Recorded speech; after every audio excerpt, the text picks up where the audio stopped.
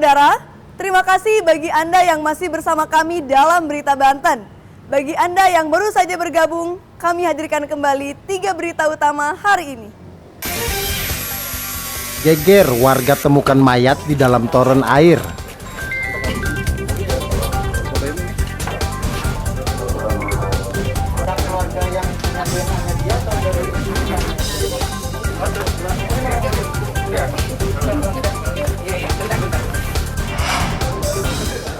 Miliki 70 kg sabu-sabu, caleg terpilih DPRK Aceh Tamiang ditangkap.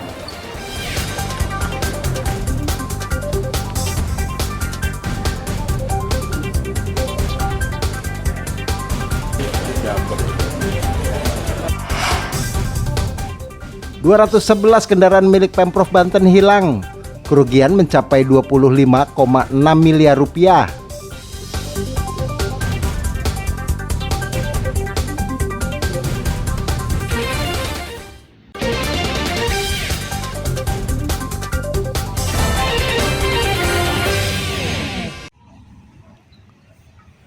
...211 kendaraan milik pemerintah Provinsi Banten hilang. Hal tersebut berdasarkan temuan dari LHP BPK tahun 2023 dengan total 25,6 miliar rupiah. Untuk kendaraan yang hilang merupakan yang dibeli dari tahun 2001 hingga 2019. Di antaranya 6 unit milik Sekretariat DPRD Provinsi Banten, 18 unit milik Badan Pendapatan Daerah, dan 187 unit milik Sekretariat Daerah Provinsi Banten. Badan Pemeriksaan Aset dan Keuangan Daerah Provinsi Banten menyatakan bahwa dari 211 kendaraan terkait masalah tersebut ada kurang update-nya data administrasi. Kemudian juga terdapat kendaraan yang masih dikuasai pihak ketiga. Saat ini DPKAD setelah menelusuri terdapat 33 unit kendaraan di Biro Umum, 18 unit kendaraan di Bapenda, 6 unit kendaraan di Setda DPRD Provinsi Banten. Bisa dikatakan kami masih melakukan penelusuran untuk beberapa kendaraan. Jadi kami updating bahwa dari 211 kendaraan saat ini yang sudah tertelusuri itu sejumlah 33 kendaraan di Biro Umum sudah tertelusuri. Kemudian 18 kendaraan di Badan Pendapatan Daerah sudah tertelusuri. 6 kendaraan di Setwan itu sudah tertelusuri juga. Jadi hanya ada 1 kendaraan yang memang masih dikuasai pihak lain di Setwan yang masih dilakukan penelusuran. Dan posisi seluruh kendaraan masih ditelusuri oleh pengguna barang yang ada di Provinsi Banten. Hilangnya kendaraan dinas milik Provinsi Banten sangat mengejutkan di tengah kasus situ Rancagede yang saat ini belum menemukan titik terang. Ariel Maranus dan Fazri Munawir melaporkan dari kota Serang.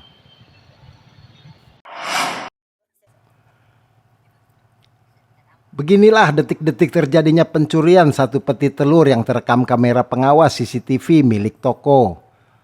Memanfaatkan kesibukan pemilik toko, pelaku yang sebelumnya mengawasi keadaan sekitar dengan cepat mencuri 1 peti telur dagangan dan langsung kabur menggunakan sepeda motor. Ketua RT menjelaskan modus pelaku dengan berpura-pura berbelanja dan di saat pemilik masuk ke dalam rumah pelaku langsung melancarkan aksinya. Pelaku berhasil membawa kabur peti telur yang berisi 15 kg atau sebanyak 150 butir telur. Ternyata ada beberapa pembeli lagi rame di sini dan ada salah satu pelaku yang pura-pura membeli rokok lah. Jika itu juga ada kurir yang lagi beli rokok juga, nah sambil kurir itu nunggu pergi baru dia mengangkut telurnya itu. Kalau dari CCTV yang saya lihat seperti itu. Nah, kalau boleh tahu Pak, isi peti itu berapa kilo telur Pak? Menurut korban untuk itu sekitar 1 petinya 15 kilogram. Berbekal rekaman kamera pengawas, korban berencana melaporkan peristiwa pencurian ini ke kantor polisi dan berharap pelakunya bisa ditangkap. Ariel Maranus dan Sahbudin Attar melaporkan dari Tangerang Selatan.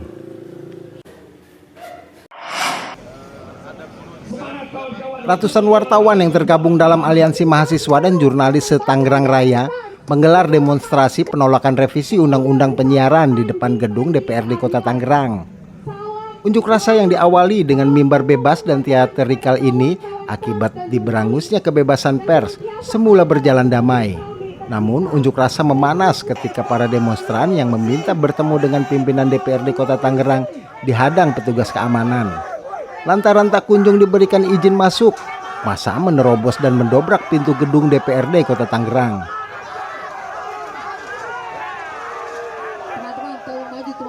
Namun saat berhasil masuk ke dalam gedung DPRD, tidak ada satupun pimpinan maupun anggota DPRD Kota Tangerang yang berada di dalam kantor.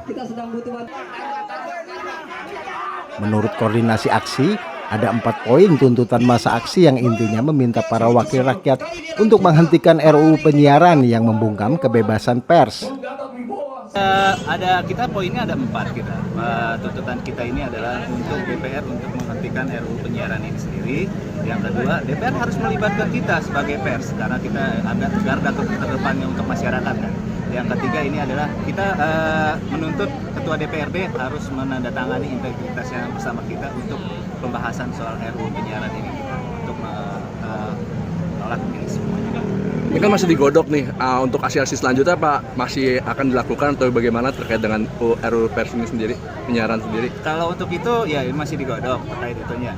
Tapi kita untuk melumpuhkan untuk supaya itu tidak bisa disahkan. Kita menolak itu semuanya. Rencananya massa aksi akan melakukan aksi lanjutan sampai Dewan menandatangani fakta integritas untuk membatalkan RUU penyiaran tersebut. Permasalahan ini terjadi karena diduga DPR RI akan mengubah Undang-Undang Nomor 32 Tahun 2002 tentang penyiaran. Sebab banyaknya pasal dalam revisi Undang-Undang Penyiaran tersebut yang janggal dan tidak melalui proses yang benar. Pertama, pasal 50B ayat 2 dalam RUU penyiaran dinilai akan mengancam kebebasan pers.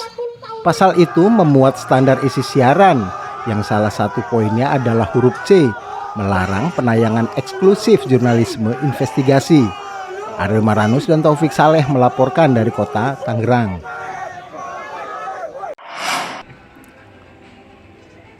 Masyarakat kembali dikeluhkan dengan naiknya harga-harga kebutuhan pokok yang diperkirakan akan terus terjadi hingga Idul Adha mendatang. Seperti yang terpantau di pasar tradisional Rangkas Bitung, Kabupaten Lebak. Naiknya harga terjadi pada sejumlah bumbu dapur dan sayur mayur. Kondisi ini sudah terjadi sejak 1 pekan terakhir. Beberapa komoditas yang mengalami kenaikan harga diantaranya bawang merah naik dari Rp45.000 menjadi Rp50.000 per kilogramnya. Bawang putih dari Rp35.000 naik menjadi Rp40.000 per kilogramnya. Cabai merah keriting dari Rp40.000 naik menjadi Rp46.000 per kilogramnya. Cabai rawit hijau dari Rp40.000 menjadi Rp43.000 per kilogramnya. Cabai oren dari Rp30.000 menjadi Rp34.000 per kilogramnya. Selain itu, kenaikan juga terjadi pada sejumlah sayur mayur seperti kentang dari Rp18.000 menjadi Rp20.000 per kilogramnya. Harga wortel dari Rp12.000 naik menjadi Rp15.000 per kilogram. Dan kol dari Rp15.000 kini naik menjadi Rp17.000 per kilogram. Menurut pedagang, kenaikan harga sudah terjadi 1 pekan terakhir karena berkurangnya pasokan dari petani. Ada kenaikan nggak? Kalau untuk sayuran, kentang. Oh gitu. Baru hari ini naik. Berapa teh harganya? Sekarang 20, kemarin 18 saya. Oh gitu. Selain kentang ada lagi nggak? Kalau yang lain normal sih, tapi masih harga tinggi. Oh gitu. Iya. Oh, terus untuk omset sendiri gimana nih? Turun atau gimana? Jelas turun. Oh gitu. Banget. Udah berapa hari kondisi seperti ini? Udah hampir sebulan nih, begini aja. Oh gitu. Iya. Harapannya teh? Ya, ini mah harga sih ya turun lagi gitu ya, biar terjangkau sama konsumen gitu. Oh gitu. Biar omset kita juga naik lagi. Sejumlah konsumen berharap agar harga-harga bisa kembali normal agar tidak memberatkan masyarakat. Kebutuhan pokok Oh gitu. Terus gimana untuk harga saat ini teh?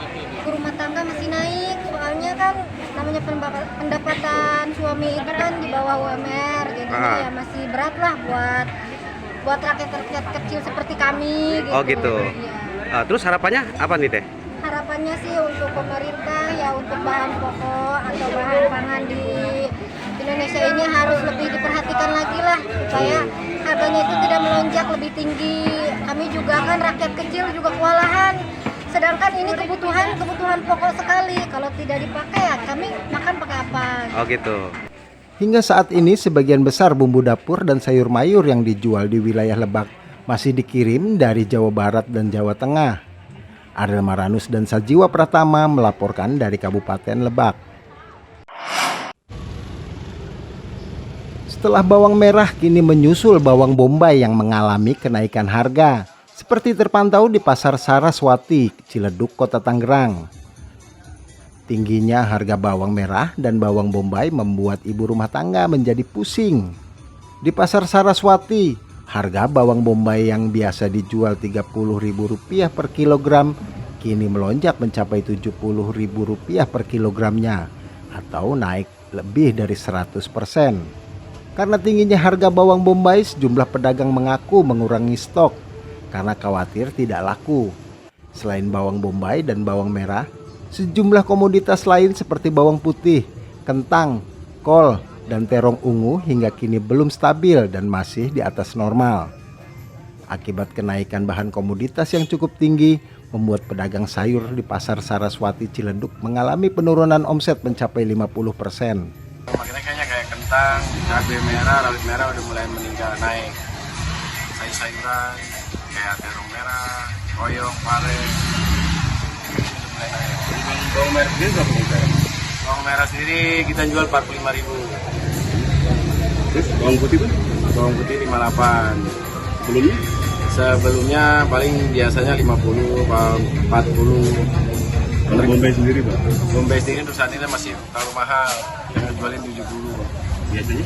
Biasanya ya paling 30.000. Menurut pedagang, naiknya harga kebutuhan dapur disebabkan berkurangnya pasokan dari para petani. Ariel Maranus dan Taufik Saleh melaporkan dari Kota Tangerang. Informasi tadi mengakhiri jumpa kita dalam Berita Banten. Atas nama redaksi yang bertugas, saya Maya Meliasari mengucapkan terima kasih atas kebersamaan Anda. Selamat beraktivitas dan sampai jumpa.